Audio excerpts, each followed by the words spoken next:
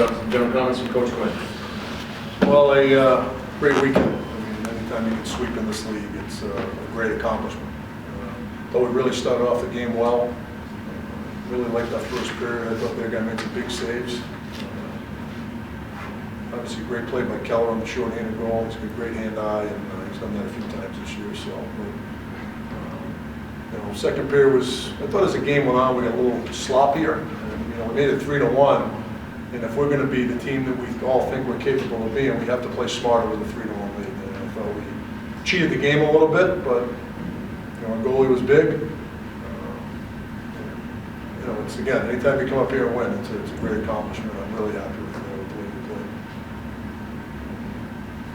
It's going to be a big loss here because there was good play to Archer. It's just some of the saves he made. The back-to-back saves on it, easy, and then sprawling and getting the rebound on Lacroix. And then even those flurries near the end of the game, he just very good. He's an elite goalie. He's an elite goalie, and we're fortunate to have him. I'll tell you that. And I know, we have the ability to generate some offense. We're not scoring as much as I think we'd all like, but when we do give up chances, he's there to slam the door on people. Maybe our guys take it for granted too much, and maybe they take a little too many liberties with the game and cheat a little bit more because they know that he's in the net. But I think you all saw why people speak so highly of him and why he's one of the elite goalies in college hockey, even as a freshman. Yeah, then your defensemen in your system are allowed to engage in the attack, and what an opportunistic goal for Hickey to really take the momentum away. 3:05 after they just scored. I mean, just a heads-up play by him getting the Keller shot deflects. Right. But again, I thought that I thought we did a better job deciding when to jump into the play. We just. So we're always asking our D to get involved. They all skate pretty well. They've all got pretty good instincts, and it's funny. You give up some odd man rushes.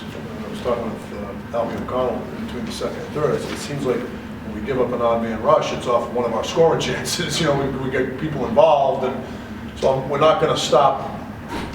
Asking our D to get involved. I want to play smart hockey. I don't want to play safe hockey. Sometimes you're going to give up an odd man rush every now and then, but I think with a goalie like that, maybe you can put up with it. But an area that we absolutely have to get better at is playing with a lead. 10 minutes to go in the third period in a 3-1 lead. We have to play a little bit more methodical, a little bit smarter, and not cheat the game.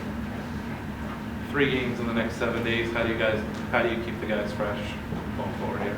Well, we're obviously going to take tomorrow off. It'll be a short practice on Monday. We think we've got some depth. Until Harper got hurt, we were playing 4 lines regularly, playing 6D. We think we're in great shape. So, I know Merrimack has played 2 this weekend as well, so it's not like we have an advantage. When did he get hurt? Late in the second, after he scored? On the 5-on-3. When they put them down 5-on-3, he got hurt. Oh, okay. He didn't play in the third period. So it kind of put us a little bit out of sync. But,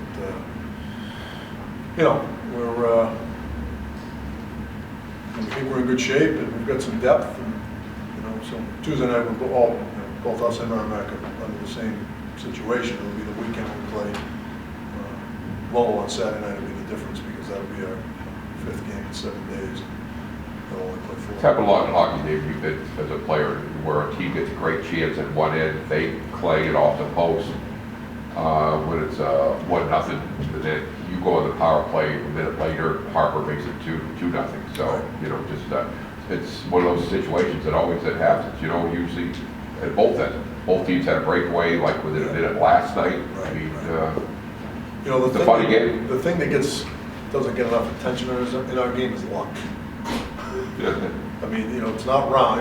The puck isn't round. You can't anticipate its bounces, and we're getting bounces. When you win 7 in a row or 8 in a row, whatever we won, you're going to get bounces, and we've gotten bounces. Don't believe me. One thing we talk about is we don't want to rely on luck, but we certainly want to have it. And we got some bounces tonight. We got bounces last night.